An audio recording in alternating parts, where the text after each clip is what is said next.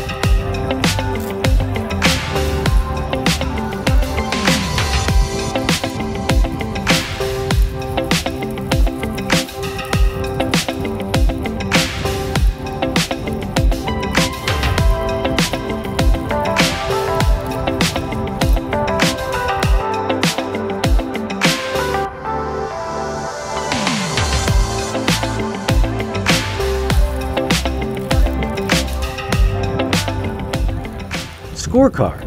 Well, Brandermill Trails was okay. Not my best effort, but my 3rd best. With 34% average percentage viewed. I spent a lot of time delving into my YouTube statistics, which is not something a depressive should do. But what it taught me is that I don't really know what it takes to make a good YouTube video. But I won't let that stop me. And don't forget to leave a comment below if you see your home. Not your address, not your name, but a simple hooty hoo if this video is graced by your home. The first part of this video is lost because I don't seem to understand how to depress the record button.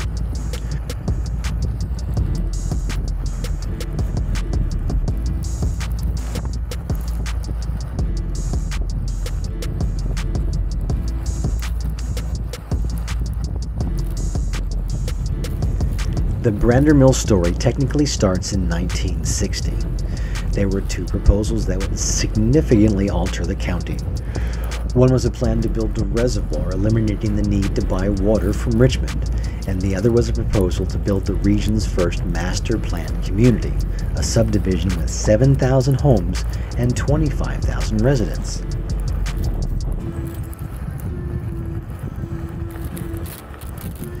The reservoir was key. A businessman named Angus Powell cut a deal with the Board of Supervisors. He'd donate the land for the reservoir in exchange for the rights to the man-made lake. He had it in his mind to build a resort community with waterfront views. The reservoir was built in 1965.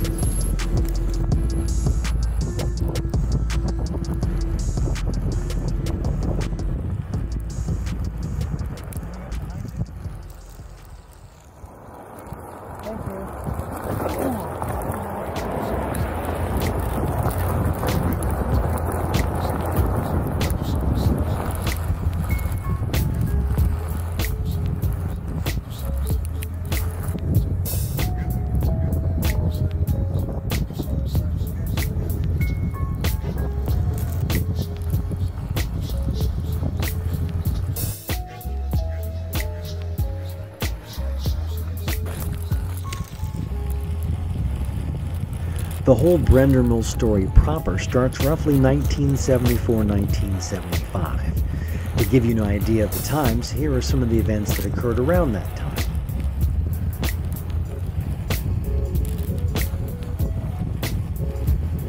(1973). The 3.4-mile Powhite Parkway was completed between downtown Richmond to Chippingham Parkway. Planning for the 10-mile Powhite Parkway extension through Bon Air began, but would not extend to I-288 near Brandermill until 1988. Philip Morris opens a cigarette manufacturing facility in Commerce Road. Chesterfield County Airport opens. And the first of 3 campuses of the J. Sargent Reynolds Community College opens. 1975. The Federal Reserve Bank of Richmond was built, which we saw in the Bells Island video. King's Dominion opens in Doswell on May 3rd, 1975. The Chesterfield Mall opens up at the corner of Midlothian and Huguenot in Chesterfield County. And Amtrak builds the Staples Mills Station to replace the Main Street Station. I really miss when they used to make train stations look like the Hall of Justice. Also in a similar time frame, Henry L. Marsh becomes Richmond's first African-American mayor, and Richmond's Children's Museum is organized in the old Navy Hill School.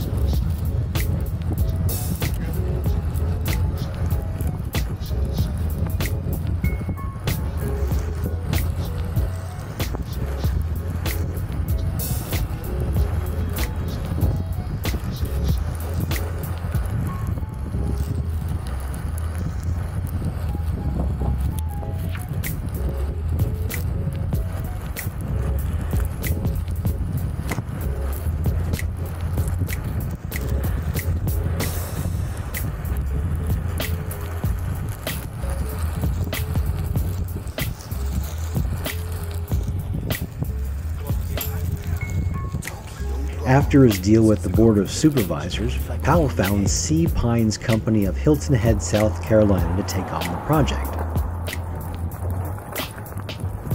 In 1973, Chesterfield County gave the developers, C. Pines Company, the green light for Brandermill. This was Richmond's first planned community and only the second in the state. The first was Reston, up in northern Virginia, just west of Washington.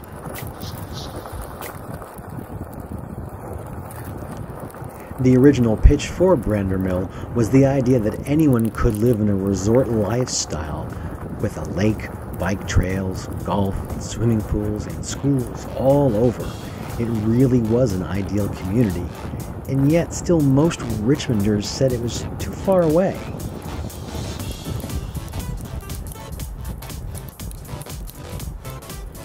At the time, the original section of Powhite Parkway from I-95 to SR-150 within the city of Richmond was constructed by Richmond Metropolitan Authority and had been open since January of 1973. The toll road's extension southwest beyond the SR-288 in Chesterfield County wasn't constructed by VDOT and opened until November of 1988. That would leave Richmonders 3 routes, 60, 360, plus the troubling 288 as the only routes to and fro. A 30-minute commute at the time, and let's be honest, still to this day will drive most Richmonders into a fit of apoplexy. In fact, so much so that many of the early buyers were from other states. And to be more specific, a predominance of them were from Texas, and also from Northern Virginia, for whom a 30-minute plus commute was nothing unthinkable.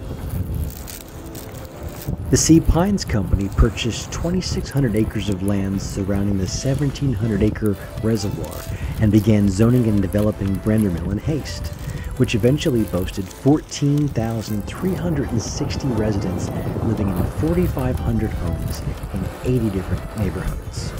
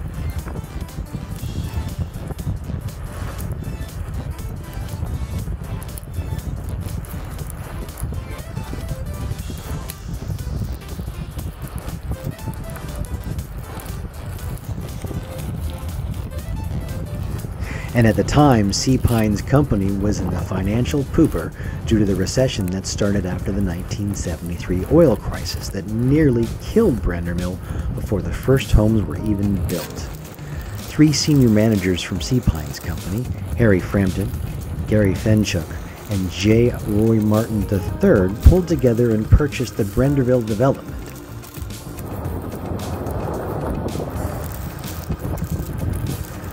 They did have to sell $500,000 worth of timber from the land to make it happen.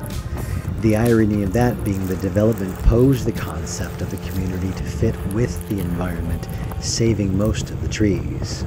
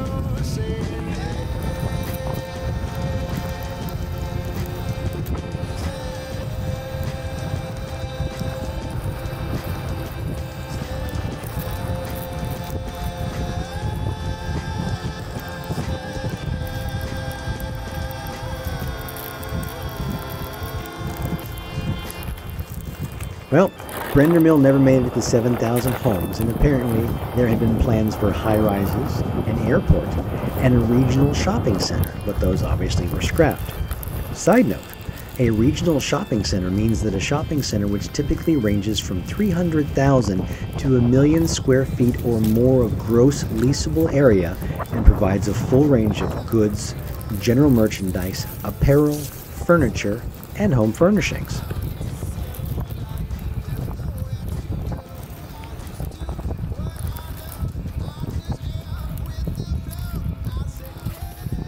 Interesting fact, mass murderer Bob List moved to Brandermill with his second wife in 1988 and probably used Powhite Parkway to commute.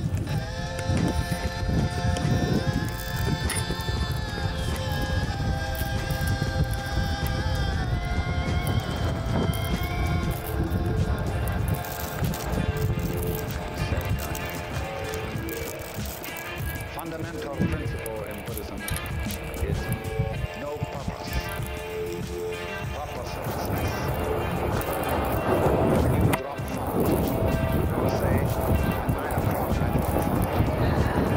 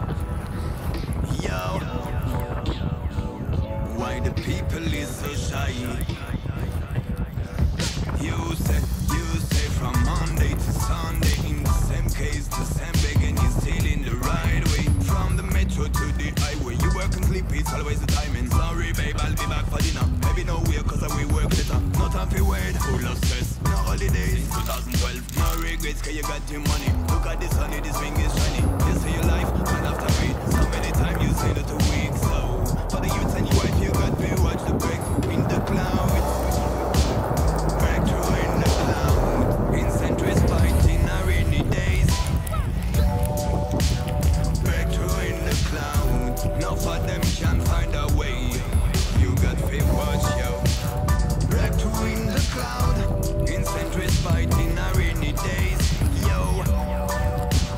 Breakthrough in the cloud.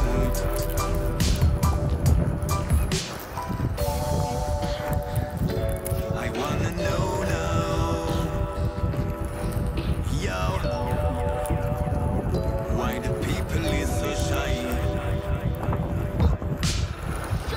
I continues my way in the lions, vians, but all the doors still closed. Cause we keep more of them in our creative jails. All those primitive men, we gotta educate them with lot of music. We still standing to realize and to rearrange all of the dreams we made to forget. We are nothing else than water and flesh. With fire, we blaze and regret it, but waited in vain from this. So we are keeping the taste. I wanna know now, yo, why the people is so shy. New homeowners staring down the hefty mortgages will emphasize with the origin of this term. It comes from the old French words mort and gage, which translate in English to mean death pledge. The mortgage got such a depressing name from the fact that the deal dies either when the debt is paid or when the body fails.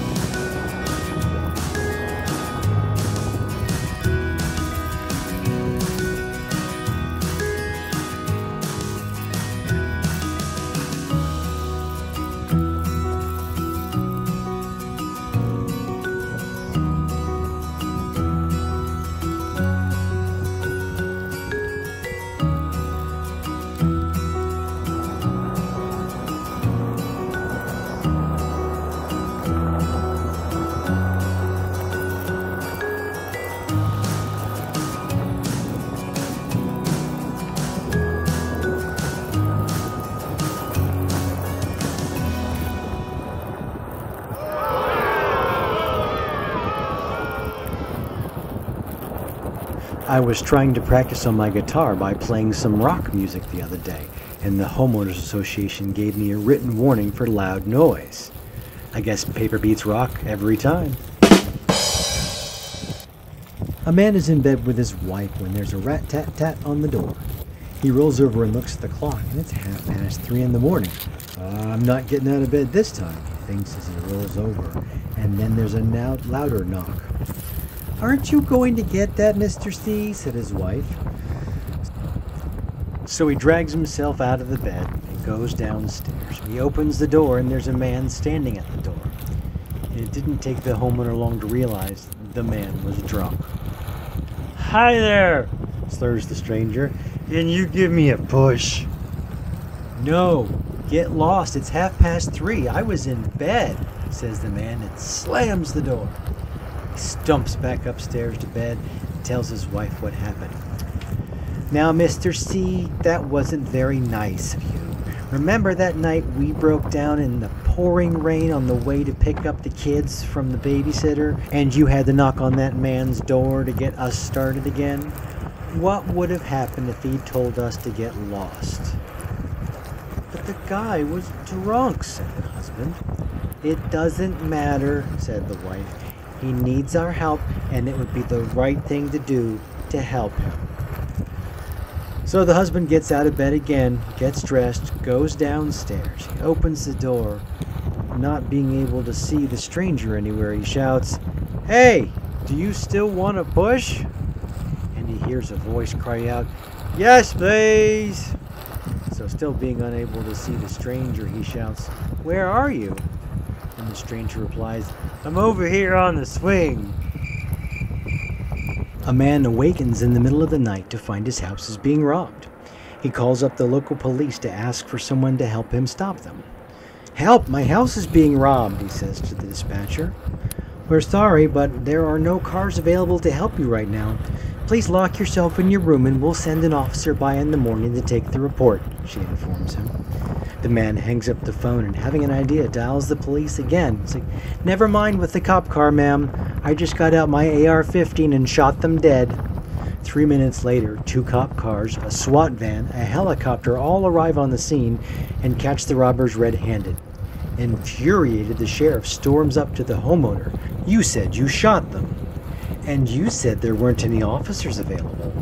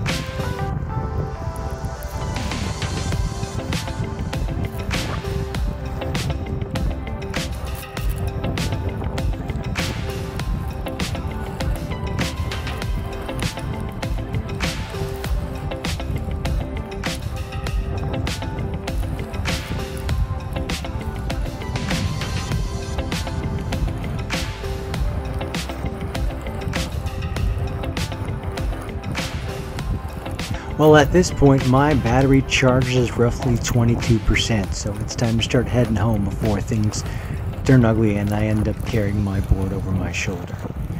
Thanks for spending the time and taking the ride. I appreciate all of you and my 22 subscribers. Remember, if you'd like to see any more of my one-wheel videos, remember it's important to like, subscribe. Who cares about notifications? Just like and subscribe.